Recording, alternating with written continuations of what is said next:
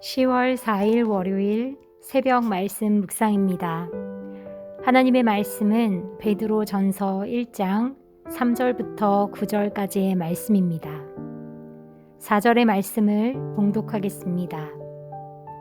썩지 않고 더럽지 않고 쇠하지 아니하는 유업을 잊게 하시나니 곧 너희를 위하여 하늘에 간직하신 것이라. 아멘.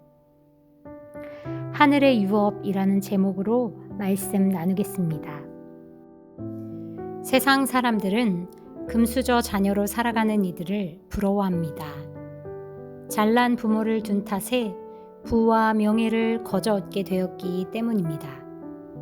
하지만 우리 믿는 자들은 금수저를 부러워할 필요가 없습니다. 하나님께서 썩지 않고 더럽지 않고 쇠하지 아니하는 유업을 우리에게 주셨기 때문입니다. 사도 베드로는 죽은 자 가운데서 부활하신 예수 그리스도를 믿음으로 말미암아 하나님의 자녀가 된 자들은 모두가 하늘의 유업을 받게 된다고 말합니다.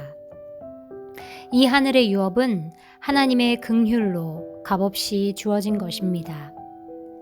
그런데 하나님의 긍휼로 주어지는 유업은 하나님께서 하늘에 간직하신 것으로 말세에 주어집니다.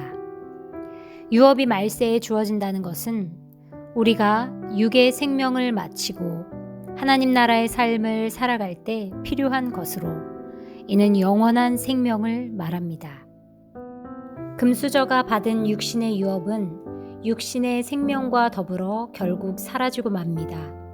그 유업의 생명은 유한하고 불완전합니다. 하지만 믿는 자들이 받을 유업은 썩지 않고 더럽지 않고 쇠하지 않는 유업이기에 영원하고 안전합니다. 우리에게 하늘의 유업, 곧 영원한 생명이 예비되어 있다는 믿음의 확신은 여러 가지 시험으로 근심과 염려 속에 살아가지만 그 속에서 기쁨과 소망의 삶을 살 수 있게 합니다. 그러므로 너희가 이제 여러 가지 시험으로 말미암아 잠깐 근심하게 되지 않을 수 없으나 오히려 크게 기뻐하는도다. 예수 그리스도를 믿음으로 말미암아 하늘의 영원한 생명을 소유하시기 바랍니다. 그 생명으로 기쁨과 소망의 삶을 살아가시기 바랍니다. 성찰. 나는 하늘의 영원한 생명을 소유하고 있는가? 기도하겠습니다. 하나님 아버지, 하나님의 긍휼로 주어지는 하늘의 유업을 잊게 하옵소서. 코로나로부터 우리를 늘 지켜주시고 이 어려움 가운데 영원하신 주를 바라보며 하늘의 소망을 두고 살아가도록 붙들어 주옵소서.